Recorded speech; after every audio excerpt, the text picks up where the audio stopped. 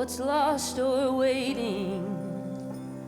Troubled mind, let me rest. My life is full, my heart is blessed, and still you put me to the test of losing and of gaining. Angel, come, take my hand, hold me close, let me land on my feet in the sand with the wind around me raging. I've been too long behind these walls, inside this house, ignoring calls, and time moves like the waterfalls, unrelenting, cascading. The trees on fire, the rivers flood, all the banks are soaked in blood. A mirror makes a portrait, draws the shadow and the shading. The butterflies on the summer breeze, the wildflowers sway with these at the bridge of two infinities. What's been lost and what lies waiting.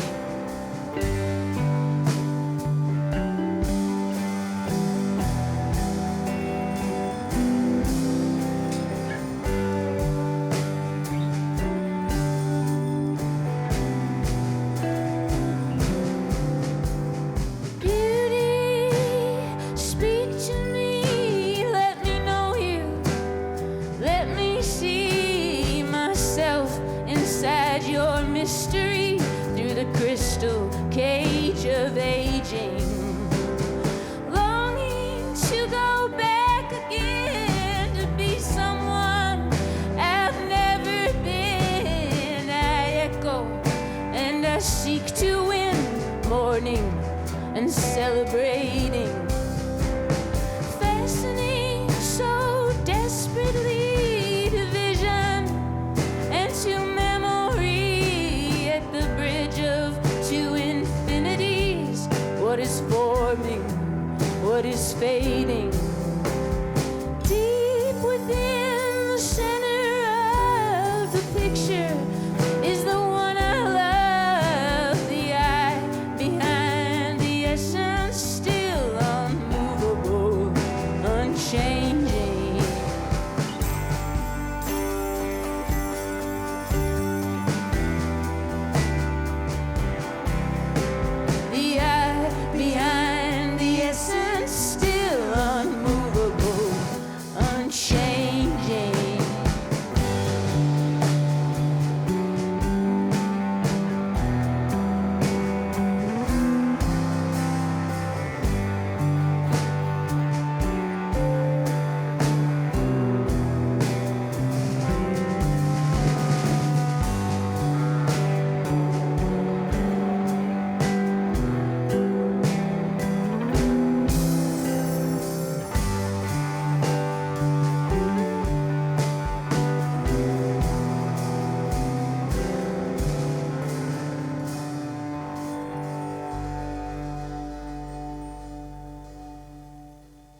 Performing live for the World Cafe, Big Thief with Double Infinity, the title track from their new album, Double Infinity. I'm Raina Douris, sitting down with Adrian, Buck, James, and Joshua of Big Thief. Welcome back to the World Cafe. Thank you. Thank you. Good to be here. Now, in that song, you're in an interesting, kind of uncertain kind of place. We're starting with a big question, by the way. It's at the bridge of two infinities between future and past, losing and gaining, standing in sand. There's a lot of, uncertainty there. Could you talk about finding comfort in that kind of space? Yeah, I mean, that's the thing of it all, isn't it? Like being in this earth and enshrouded in mystery. We don't know where we come from, where we're going, and we have a sense that we're somewhere in between, everything infinitely within and without, and smaller and bigger. And I think, reaching for things to feel a sense of comfort, but knowing that, it is incredibly uncertain. Yeah. And I haven't figured it out by any means. But yeah. Do you feel like you're getting more comfortable in that? I hope so. Yeah. I hope so throughout life. Yeah, the more I contemplate it and feel and experience, people passing and all of the realities of being human and just seeing the destruction and creation and everything happening all at once. I guess you kind of get used to it. Yeah. Yeah. Well, we're going to come back to that topic a few times, I think, during this interview. But let's talk about the album itself. You made it in 3 weeks in the winter in New York at the famed Power Station studio, which is a very different environment from how you made the last record, which was at a few different isolated places. And I know that with this one, you were sort of at the beginning planning to do it in a secluded cabin setting, which is a big contrast. How did you go from wanting to be secluded out there on your own to working in like the busiest place in the country? That was my hot take, because we were trying to make the record in isolation and we were getting cabin fever.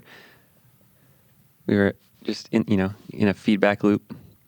And so I thought going to the city and just being surrounded by so many strangers from all over the world and just being thrust into like a community would maybe help shake it up. Yeah. I think the songs were sort of asking for it too, because we were just, if you're kind of listening to what you're doing, we were hearing it and being like, this isn't it, this isn't what we're going for. So we just had to try something else. Like they were sort of like, no, these need to be bigger and more expansive. Yeah. And you would bike to the studio every day in the dead of winter, correct? Almost we tried to do it every day. Yeah. But yeah. You're in New York, though. You could like take a subway if you wanted. Why was that something you wanted to do? Well, because we all actually kind of cut our teeth in New York. I mean, I literally broke my tooth off in New York, and that's why I have the implant in the front. But I on the Williamsburg Bridge in a bike wreck. But anyway, we actually we all kind of we formed as a band there. We were working a bunch of different jobs, bicycle delivery jobs. I think all of us had delivery jobs at certain points. And we were just biking all around that city. And, me, Buck, and James. And yeah, so it was kind of felt like old stomping grounds. And it felt good. And it felt like it brings us alive to bike. And then by the time you get to the studio, you've been moving your body. And then after the end of the day, it's a little bit hard to go out and brace the cold at night. But it always ends up feeling so good and kind of clears your head after making all that music. Sure. I feel like it would be invigorating. Yeah. Mm-hmm. Yeah. Yeah. And what did being back in your old stomping grounds, what did that bring to the music, do you think? Yeah, I think similarly to the reason why we wanted to do it in the city instead of in isolation is being the sense of just being a tiny little part of the whole, being just a speck, and getting out of our own heads and out of our own paradigms and just kind of going through the city and just feeling, all these stories all around us, all these people in their lives and the texture of that. And instead of, so much of the time, I think the medicine we've needed is to get into the country and to be in nature. And I think just because of our circumstances and where we all are at this stage in our lives, we were we need to shake it up and get out of our heads and just feel sort of tiny, I guess. Yeah. I'm speaking with Big Thief on World Cafe. We're going to go to another big city now for the next song that you're going to perform live for us. Tell us a little bit about the song Los Angeles. Yeah, Los Angeles. Well, I started writing that song in Los Angeles at, it was referencing an accurate time frame to 3 a.m. Extremely accurate, 3:33. That was songified slightly, but it was 3 something in the morning. Maybe I looked at the clock on the taxi and saw that it was 3:33. And yeah, I was in this car drinking some tea and had I think I might have even had whiskey in my tea. And I had just come from, it might have been a hot toddy in the back of a taxi. But yeah, it was after this get together singing songs. And then I started this song, finished it all these years later with Buck and James. We finished the lyrics together. But it's about this friendship that endures all the changes and changes form and is eternal and is before, feels like it's from before this lifetime and goes on after this lifetime, and that you can like, you're just connected without words, and, you know, going through things in your life and not seeing that friend for a while and then getting back together and being like, I was just crying, because it's like, it's almost like you don't, it's almost that sensation of seeing your best friend after a long time and you've been through some stuff. Yeah.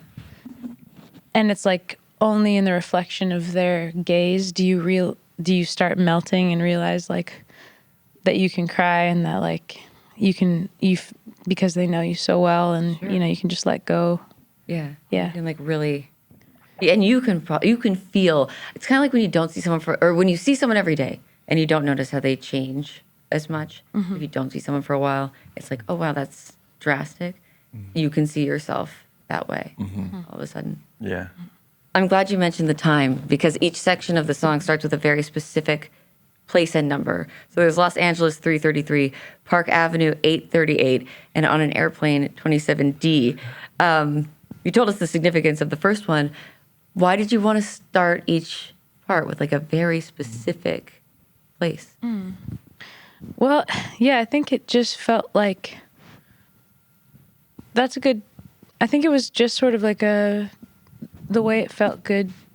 Like a subconscious grounding sort of thing. Yeah. And like noticing patterns, I guess, but also insignificant in a certain sense too. Like, I don't know if I actually find too much meaning in each of those numbers, but, well, one's like a time, one's an address, and one's a seat number. Yeah. We see them everywhere. We use them all the time. Like we're kind of on the grid. Yeah. But the song like stretches around the grid so much. But it's like these points or coordinates almost, you know. It's a good question. I actually haven't thought that much about it. That's okay. I think the idea of them being like points that you like, sort of like little anchor points almost, is really interesting. It makes the song more habitable for me to have the time of day. Kind of like infers like the color of the light and the temperature a little bit, and then the address, like, is this habitable space? And the seat, of course. It's a little more arbitrary, but Whoa. The best spot on an airplane, 27D. Everyone loves 27D. Especially when you're flying over the scenic stuff. Yeah. Yeah. I also just noticed that 27, 2 plus 7 is 9, 333 equals 9. And what is 8? 838. 16, 17, 19, 9, 10. Almost. That'd be wild if That they would were be all, very... if they were all 9, that would be... What would it mean? Well, let's take a listen. This is performed live by Big Thief, Los Angeles, on World Cafe.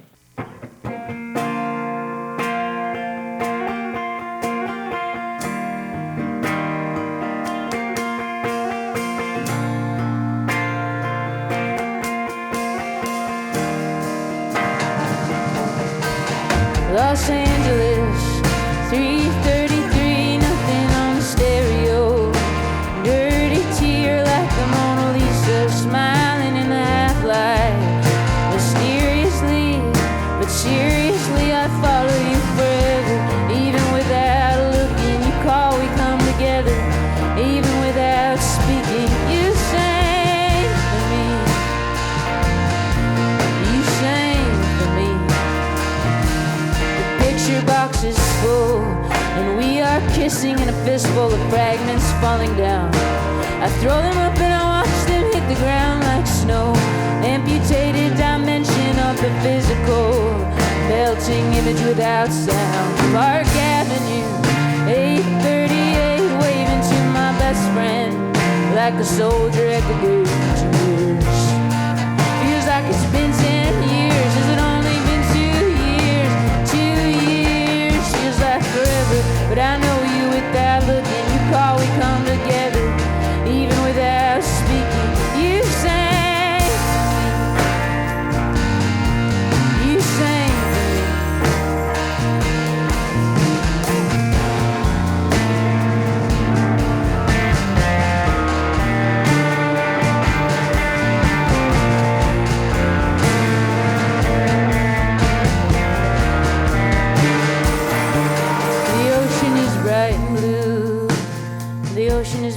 blue and it opens to you every day. It took you in when I pushed you away. It was your lover, it was your mother. And there is so much that I wish I could have been for you somehow. But we don't need to talk about that now. We're finally in a good place, meeting face to face. On an airplane, 2070, crossing the Grand Canyon. But I can't see, I'm headed on from somewhere that I can't be. Remembering everything, I'd follow you forever. Even without looking, you call, we come together. Even without speaking, I can tell what you are thinking. Even without saying, we dream our dreams together. Even without laying in the same bed, you sang for me. You sang for me. You sang for me. You sang for me.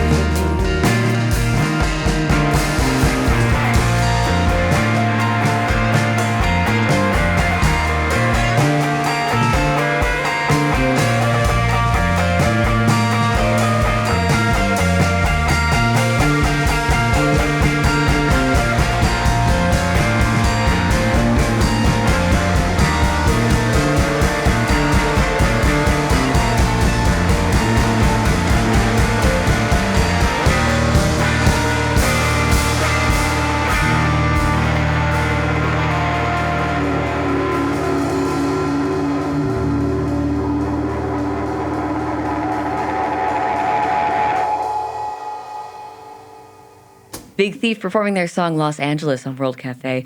I'm Raina Douris. Big Thief are here with me today. Their new album is called Double Infinity. Your original bassist, Max, left the band a while ago, early on in the process of making this album. Suddenly, you were a trio. When that happened, how did you look at the band's way forward? What kind of conversations were you having? Yeah, well, it really was like this death of like this whole first chapter, and there was a lot of grief in that took. It was complex grief, and it was like we really needed space and time to feel that. And when we were originally planning this record, Max was in the band, so yeah, we had to give it time and go through some just letting ourselves heal. And then when we were reimagining the record, we went on the search of, who are we going to play with and how's this going to work? And I think that it felt really good to like really open it wide and like ask many different people to be a part of it instead of just like, let's find it wasn't the mentality of we're going to replace Max, because of course, like any relationship, nobody's replaceable. Nothing will ever be the same. It's like that era of our band, it was, and it won't ever be the same, but that's also a wonderful thing. And I think stepping into this new, because we had a decade together in that form, stepping into this new wave of like, we're going to be a trio for a while, and we're going to invite people to play with us and like open up what we think of Big Thief as. So we played with like 12 people, I think, total on this record. And all just musicians. We were just like in our wildest dreams, like who would we play with if we could? Like, what would it sound like? What would it feel like? What energies should we invite to be in the room? Yeah. And that was sort of like the thought behind it. And like the first thing we were thinking of is like, well, bass, like who should we ask to play bass? And and Buck had met Joshua at this cool event. If you want to talk about how you met Josh. Yeah, we met on the set of this Bob Dylan's Shadow Kingdom movie that we were both asked to be a part of that band. Oh, wow. And we just met there and spent some time playing music together. And really, just became fast friends. Joshua, what do you remember from this? I remember Buck was like getting up at like 5 a.m. to go surfing every day. And me and Shazad Ismaili, who's another mutual friend that was a part of that. Right. We were both like getting in from somewhere overseas. So we were like severely jet lagged. And so we would tag along Because you're waking up at that time anyway. Yeah. We would tag along with Buck, and Buck would drop us to like a breakfast spot, and then he'd go fishing. And then it just felt like we knew each other a lot longer than like a week. Yeah. And sort of stayed in touch. And it's crazy that this like came full circle. And so when Joshua first came in and was playing with you guys, how did you know that it was like, oh, this could work? Yeah, well, we actually jammed for the first time. Yeah, a couple days, but kind of like at the very beginning of the Double Infinity session, we like rehearsed for a couple days before the whole, because it was like sort of 11, 12 people at a time recording. So it was like a very specific schedule to fit everyone. But Joshua had a couple days before, and we kind of just like went to the studio and just kind of ran through stuff. And I feel like it was pretty immediate. Like we were like sort of like practicing, but we weren't even really practicing that much because whatever we played on the record was totally different than those 4 days. But I don't know, you can just kind of tell like by the way people listens and like just Joshua's ear and what he was bringing and his energy in the room was just like so spot on. Yeah, he really lifted us up. It was effortless and just made us all feel stronger. And Yeah, and it felt like home. Like, I don't know, just right away, his demeanor and just, it just felt like a really good hang right away. And it felt like all of the musical choices Joshua was effortlessly making were exactly what I would have wished for, the notes to be, or like the harmony to be, or just the feel to be like, but then some, like stuff I couldn't ever imagine.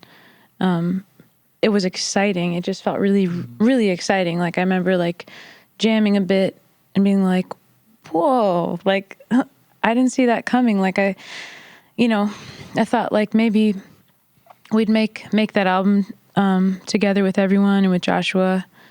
But after we had been playing for a while, it was clear that like we gotta play with Josh as much as we can. Like let's ask him to be on these tours. And so we've just been like jamming and getting to know each other musically, and like it's just felt really, really fun, like really life-giving. And yeah. Joshua, I'm curious because you're coming to this very tight-knit group of musicians. What was it like from your perspective? Yeah, I mean, as I get older, you start to look like closer at the values, basically away from the stage. Like, what are your values and what's important to you?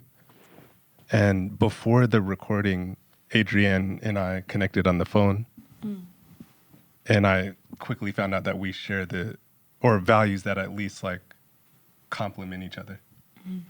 And that's kind of what's been happening. It's like I've been on my journey, they've been on their journey, but it like comes together in such a special way.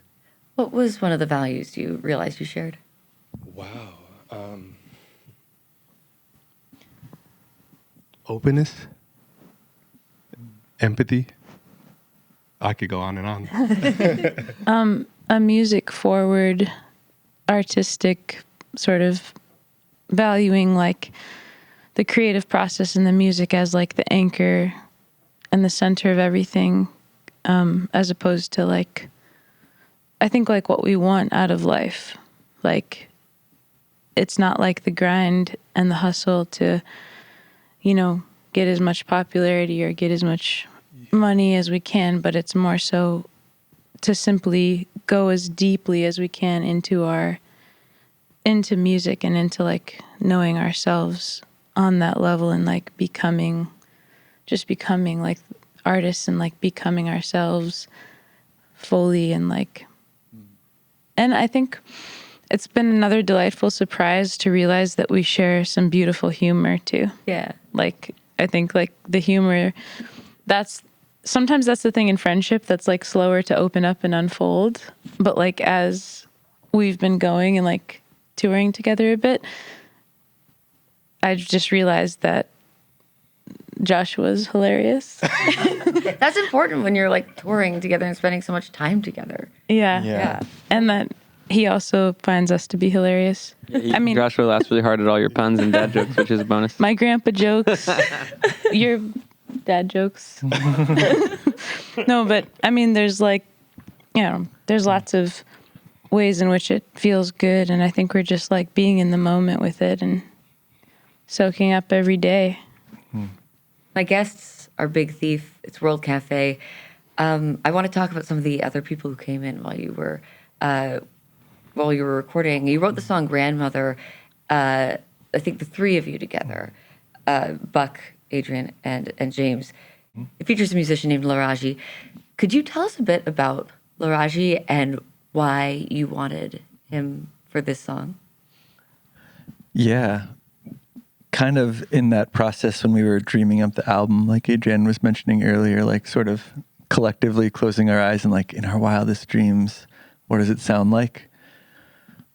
Kind of one of the elements that we kept coming back to is just sort of this sort of drony, ethereal thing, like someone who could provide that and who like was a master of that. And Adrienne had just met Laraji like a year before, 6 months before, in kind of interesting circumstances. At the Kerrville Folk Festival in the Hill Country of Texas, Rewind, and I managed to get Laraji's business card because he played during an eclipse and he had a laughter workshop at this festival. I was there with my mom, and my mom and I ran into him on our way down the hill and talked, and and he gave me his business card, and I felt, I don't know, the romance of the way it feels to use, like a phone that's on a cord connected to the wall and it sounds really good and everything. I just felt really excited to use the business card. And and we wanted this droney world, and then as we started to, I was like, what about if we ask Laraji? And this is like dreaming, so I had no idea that we had no idea he'd be interested or say yes or answer the phone or the email. I called him up. I said, hey, we've got this project, and we were just wondering if you'd be interested in playing with us. I don't remember what I said exactly, but he called back and seemed, left. He was like, I am interested, and yeah. So when people, I'm going to play a clip of Grandmother right now. When people are listening to this, tell them what they are hearing. What is Laraji doing in this song? On this song, he's playing zither with effects and an iPad that all go into his effects thing, a little like iPad synthesizer. And then he's singing as well, which was like just like a pleasant, natural thing that happened in the studio. For this record, we would often kind of like be looping a section for a while to sort of like find the feel. And like, everyone's just playing for like, I think we were looping the chorus for maybe like 15 minutes, and it was like feeling really good. We're just like, damn, okay. Like, and then we would sort of like start it afterwards, like in that feel. And during that loop thing, Laraji just started like vocalizing and like into his like zither mic, and it was amazing. We were all like, everyone was just like, oh, Laraji just is singing. And so he just felt moved to sing. And so we were like, if you want to, feel free to. But it sort of just happened naturally when we were rehearsing and made it into the track. Here's a bit of Grandmother from Big Thief featuring Laraji. It's alright, everything that happened.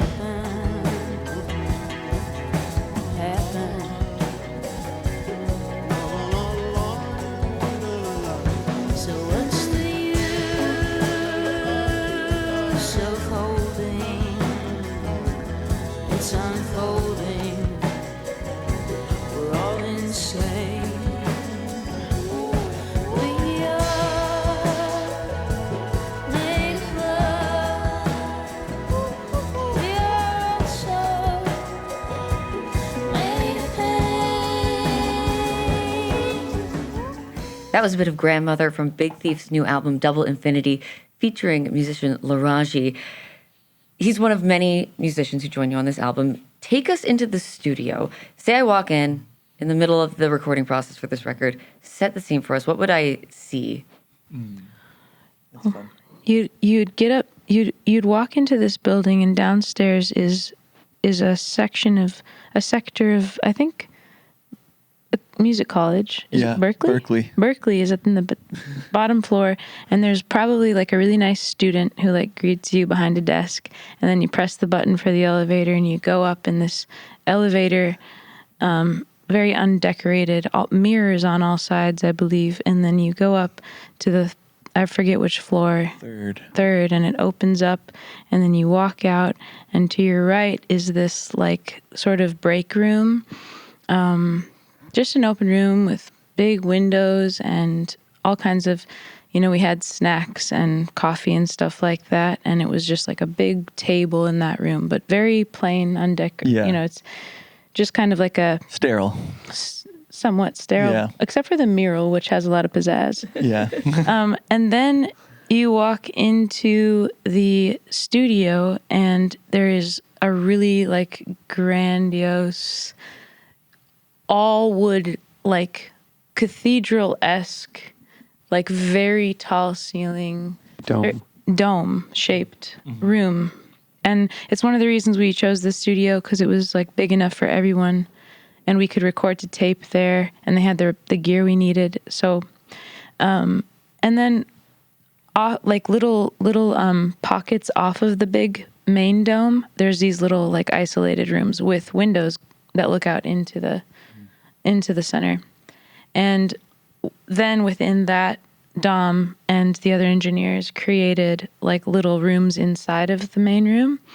So like you would walk in and you would kind of just see a wall of sound baffles, and then you'd go around that, and there would be James with like a whole drum world around him, and Joshua next to him, and Mikey, our friend Mikey Bushes, who was doing tape loops, and he had all these tape loop setups going on and keys, and Buck was next to him.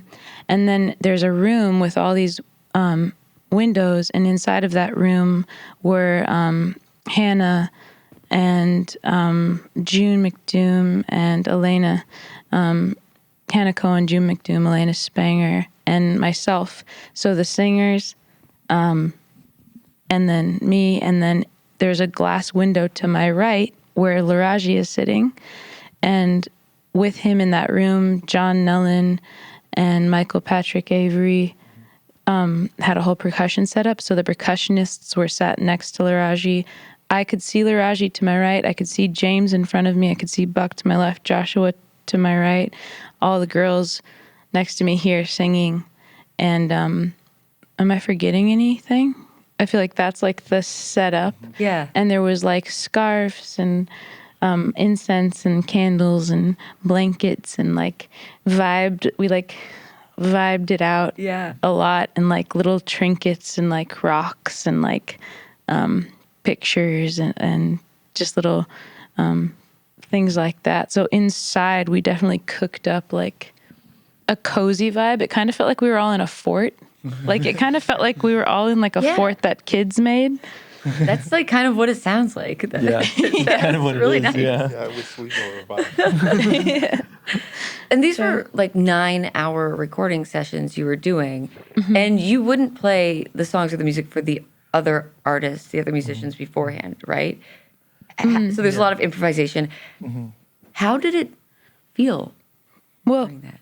actually, I did, with the exception of the singers, and I say singers, but these women are all like incredible songwriters in their own right and multi-instrumentalists. But they agreed, like, I'm so grateful they agreed to sing, because they have some of my favorite voices ever. But because of the lyrical nature of our songs and the singing, they had to learn some words. So I definitely sent them the songs ahead of time. Right, fair enough.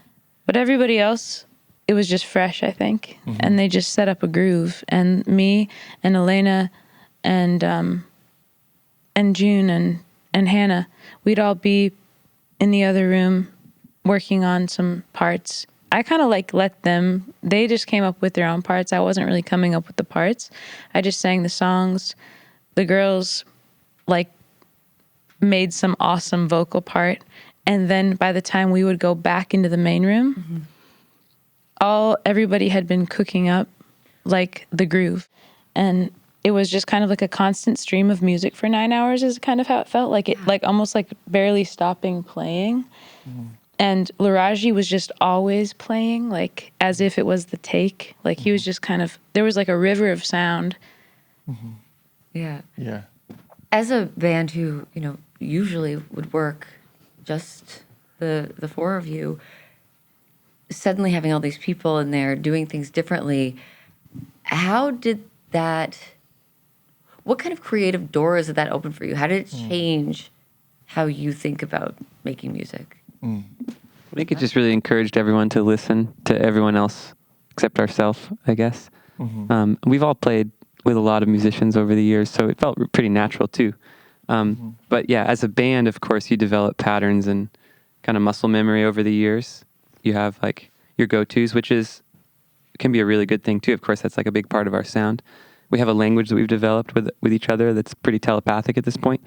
But as soon as you add one person to that, it just completely refreshes the palette, you know? And so, yeah, we were just, I think, really open, listening with really open ears and responding to everyone else simultaneously.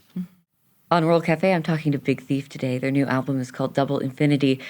I want to talk a bit about the song Incomprehensible. What do you remember from the day you recorded that song?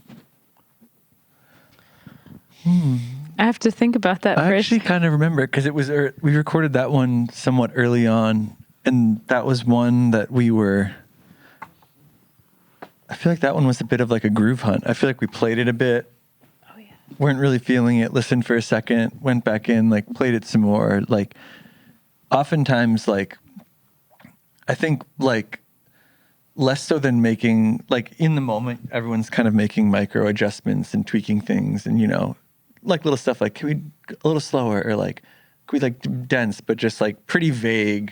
We're just sort of listening, and then if it's not really working, our general approach is to sort of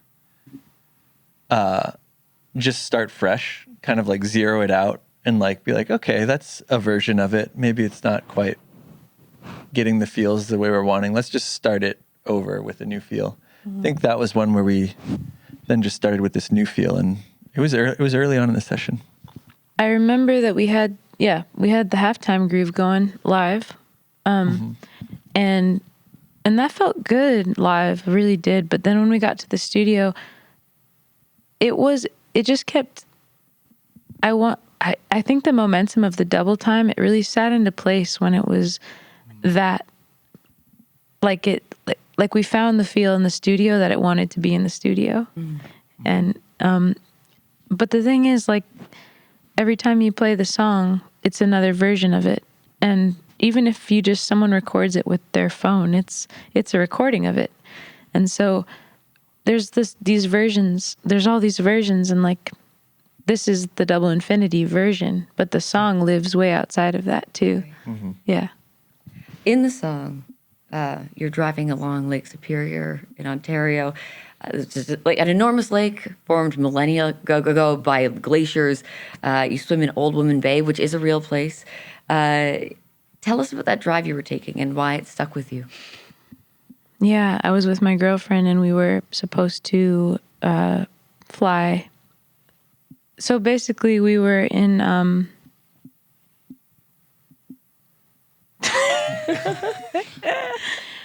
we were in Minnesota visiting my grandparents and my family because that's where I grew up. Yeah.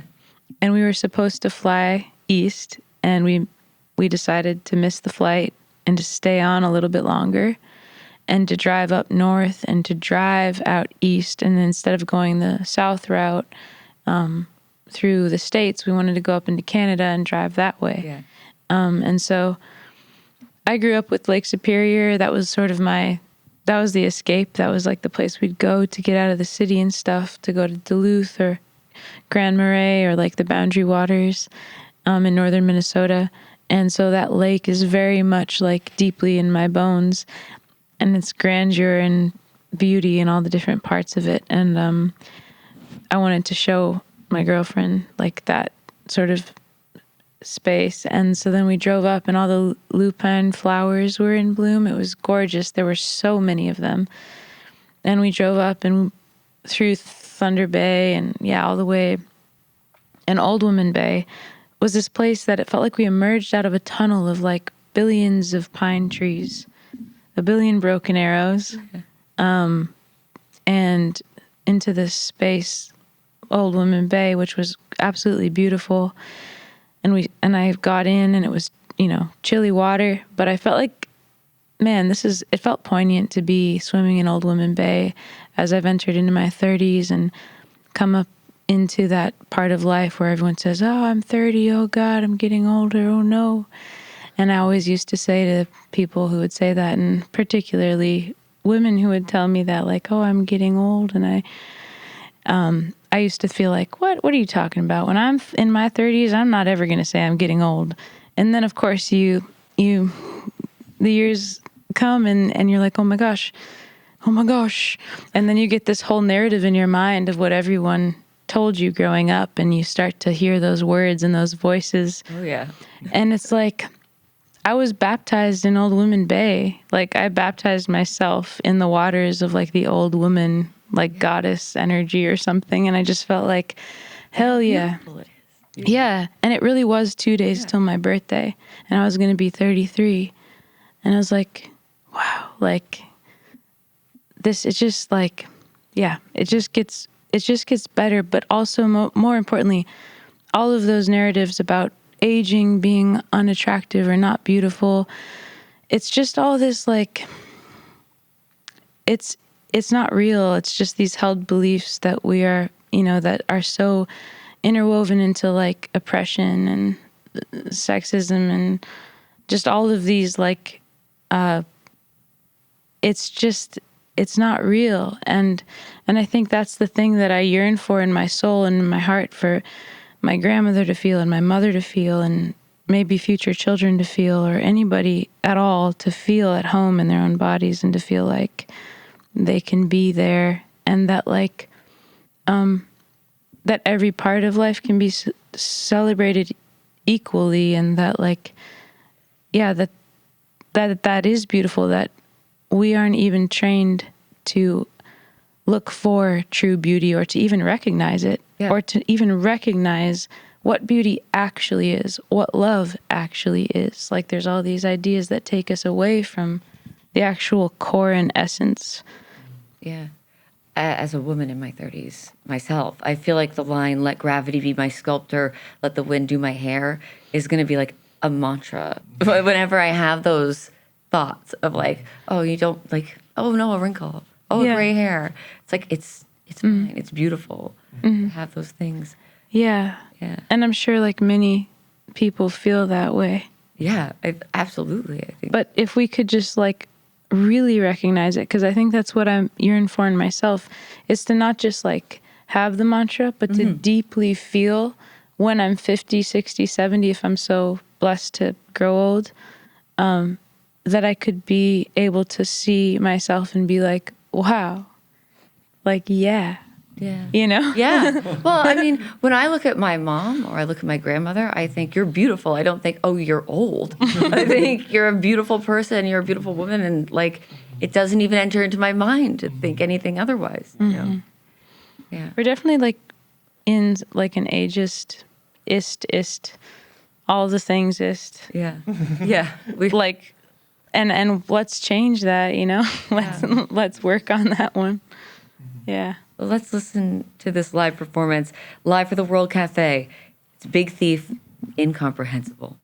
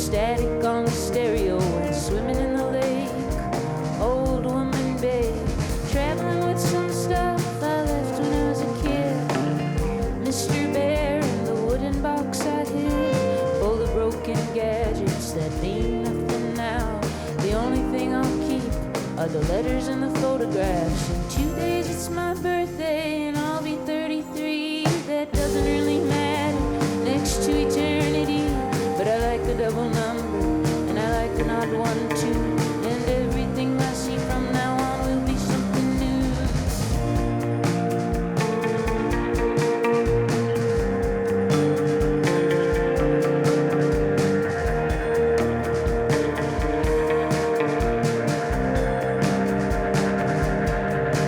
I'm afraid of getting older, that's what I've learned to say.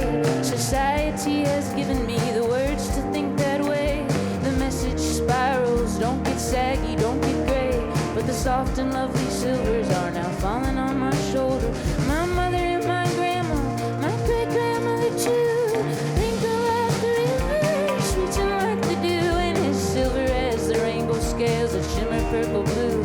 How can beauty that is living be anything but true? So let gravity be my sculptor, let the wind do my hair. Let me dance in front of people without a care. Let me be naked alone with nobody there, with mismatched socks and shoes and stuff stuffed in my underwear. Incomprehensible. Incomprehensible. Incomprehensible.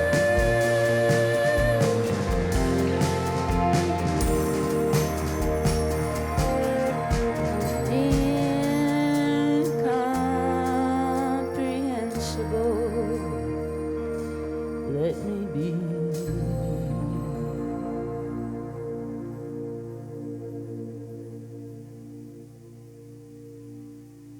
Performing a song from their new album, Double Infinity, Big Thief with Incomprehensible. They're here with me today. I'm Raina Douris.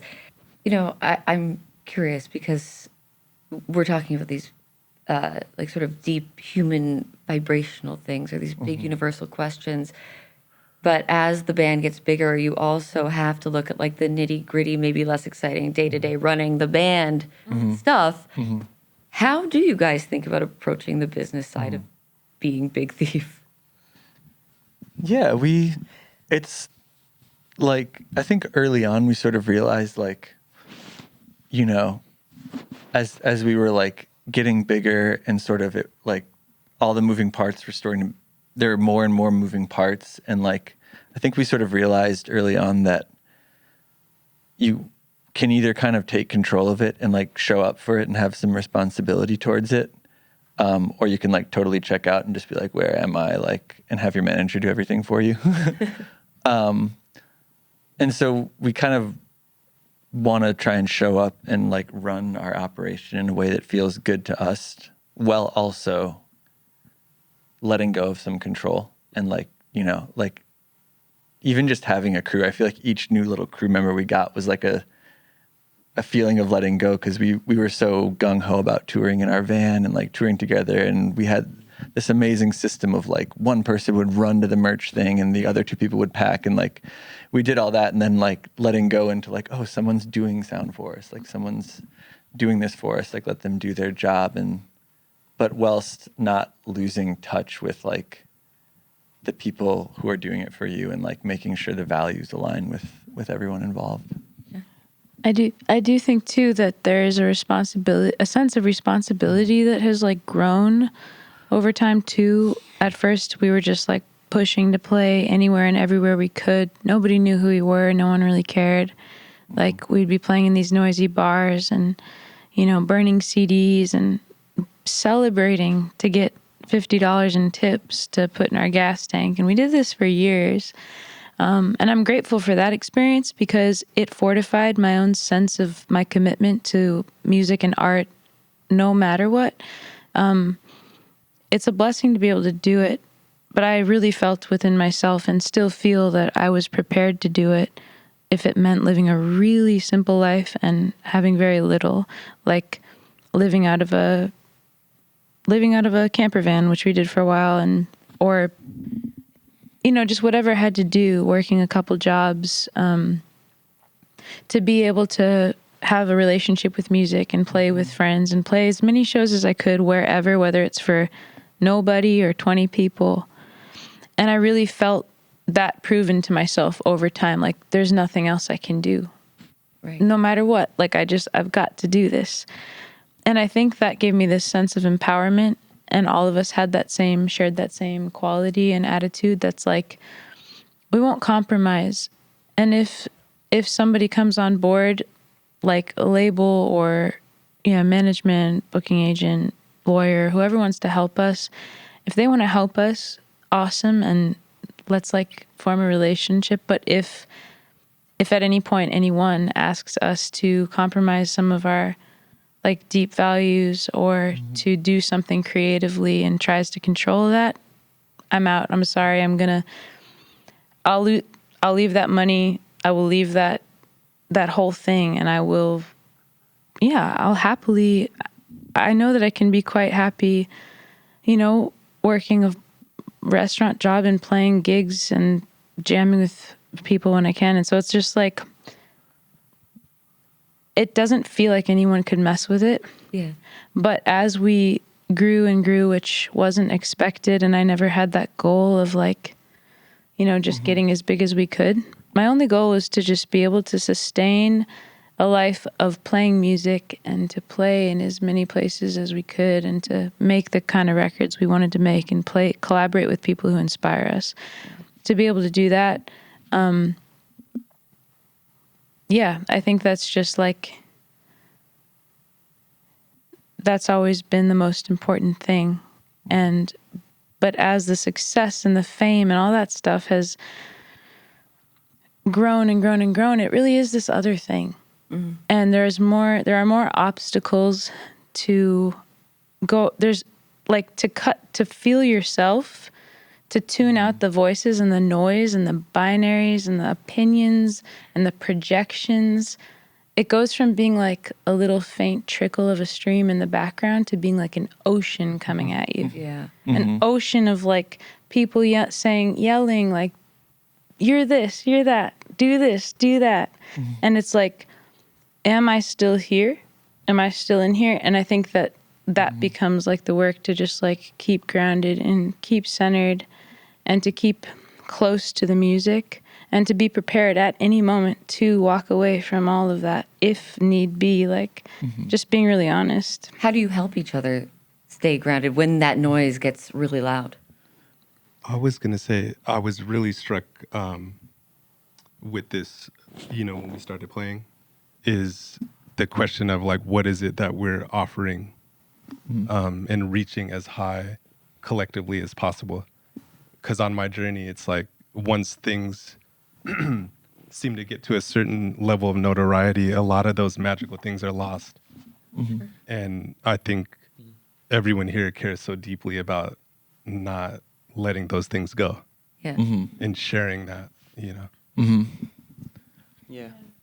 I really like Tom Sachs's idea that the reward for good work is more work for so many reasons, but one of which being that like when we're working really hard together and we're uncompromising in our value system, it's really humbling, like I feel like we're always helping each other like push against our threshold of our abilities and our spirit and our fearlessness and all that stuff. And like that humility feels really good. Yeah. And it feels like kind of the necessity for progress, I guess. And also like whenever you're working, there's like the sense of abundance, regardless of like the financial return, like I think we always worked really hard and like for a long time we were so broke, but we felt really abundant. Like we had everything we needed because we had each other, we had the music and like we had that sense of, again, like humility, but also strength, And I think, ironically, that's also very like contagious, and people are drawn to that. I can see that that's like one reason people love the music is because they can kind of get a sense that, you know. So it becomes this dance of not identifying with any of the fluctuation, like not identifying with this identity of being sort of like a starving artist, like, you know, just like that we felt in the beginning, to being like whatever it is. Now, like, it's not like, yeah, you're not identifying with that because like the main source of income Yeah. and affirmation is in the music. Like he's saying, it's in the music itself. It's in the work itself. It's like, oh my gosh, I feel more alive. I feel so alive because we just played music for, like, when we jammed before Double Infinity, I felt the same sensation that I felt like when we jammed with James for the first time, like all those years ago. And that to me is really comforting. And it's like sort of a check-in that's like, okay, I'm here. Like, I'm me. Like, It's like a constant, even with all the changes that are happening around you. yeah. We have some new music right now, and it's one more song that you're going to play for us today. It's brand new. It is not on the album. I don't know how many recorded versions there are of this right now, as of today, the day we're recording it. But it's called Trade Tomorrow. What can you tell us about this song before we hear it? This is a song that James, Buck, and myself, we wrote together. Yeah, and it's been kicking around for a little bit, and it kind of, whenever we're playing a tour, we're incorporating new songs, just stuff that either it's stuff Adrian just wrote or just stuff that feels alive, regardless of if it's kind of out or not. And this was one of those ones that just popped up a few days ago. We're just like, should we play this song? And it played it, and it felt good, and so kind of just listening for that while on the road is a big thing for us. So we thought we'd play it. Yeah. It's also a song that at first I was like, guys, I don't know about this. And funnily enough, I felt this way about Spud Infinity. Oh, really? Like I was like, this is just a joke, right? And for Trade Tomorrow, it was so wild and free how we wrote those lyrics. It was like, well, and then this line, and then this line. And then Buck would add a line, James would add a line, I'd add a line. I'd be like, wait, really? Are we really saying that right now? But I had this chorus, trade tomorrow for another 1,000 years, for like years. I'm like, I don't know what this means yet, but I can't forget this. And it's a seed that's floating around. So then we just wrote all these verses around it. And it's been one that like snuck up on me in terms of each time we play it in its nonsensicalness and bombastic lyricness, it just starts to make sense. And I'm like, it's actually not that nonsensical. Like there's it even has an arc, and it even has a story, and it even has just things that make me want to cry out of the goofy silliness of it too. Mm-hmm. And then the chorus it's so wide open, but the more it's one of those songs that over time, what I thought was just sort of this amorphous, like, cacophony of words has actually become quite poignant to me. And every time we play it, I feel a new level of, oh, whoa, okay, I get what this means now, you know? What does it mean to you now? It's okay if that's too hard to explain, or if you want to let people, but go ahead. Yeah, I mean, it's changing. I feel like I'm like just have fractions and pieces of it, because it means like a lot of different things, I think. Yeah. And I'll leave it for people to ponder. But I feel like the verse lyrics bring the chorus alive. Yeah. This is Trade Tomorrow, performed live by Big Thief on World Cafe.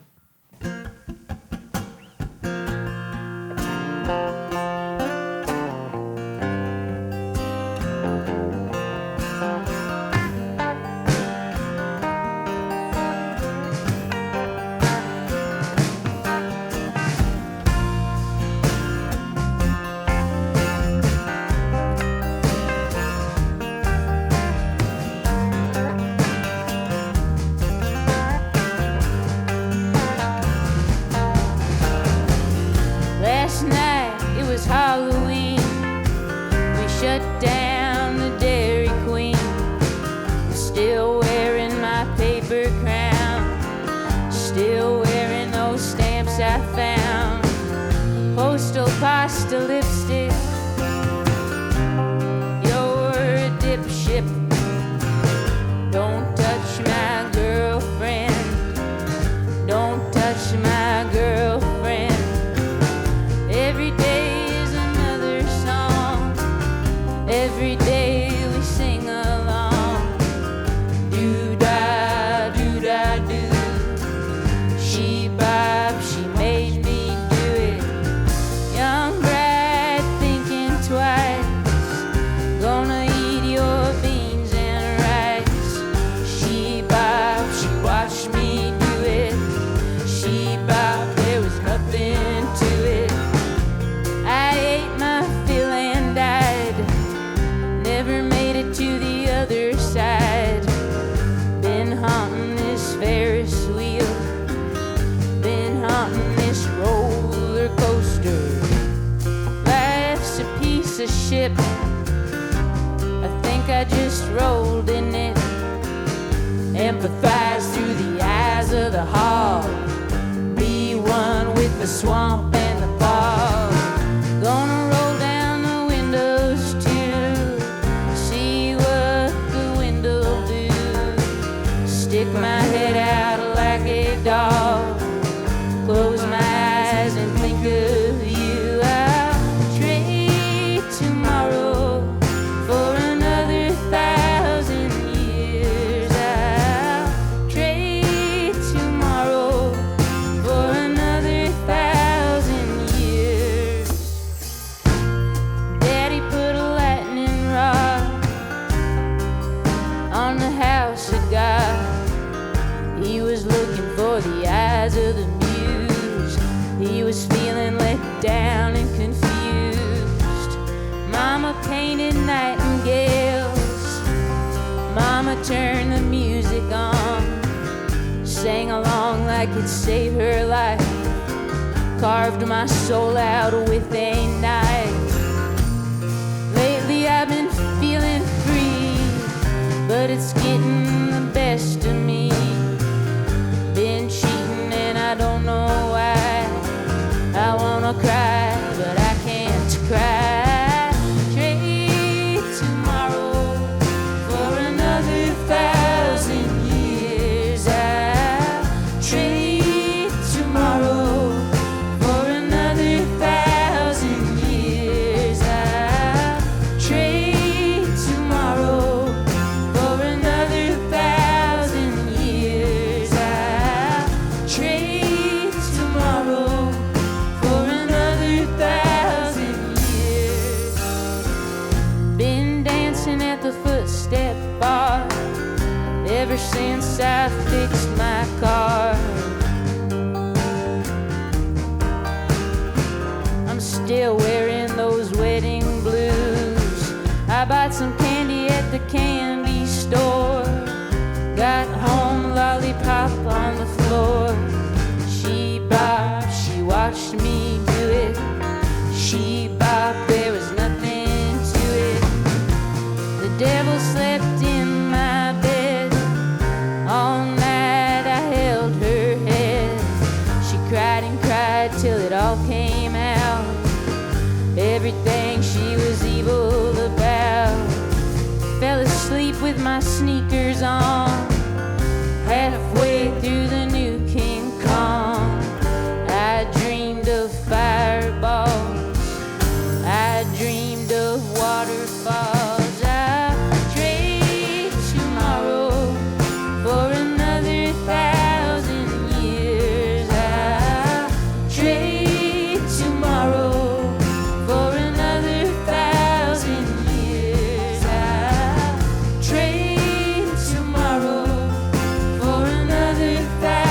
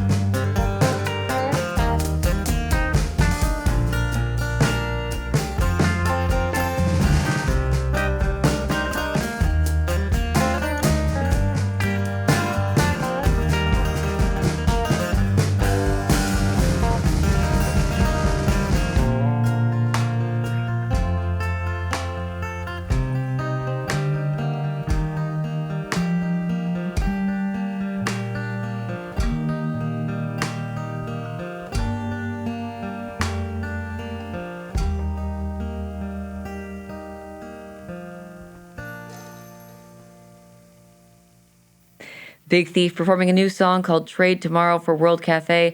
And I will say, Adrian, the fact that you had that chorus stuck in your head for such a long time makes sense. I feel like as by the end of hearing that song for the first time, I was singing along to it in the other room. So like it needed to come out. It's very, very catchy and it's beautiful.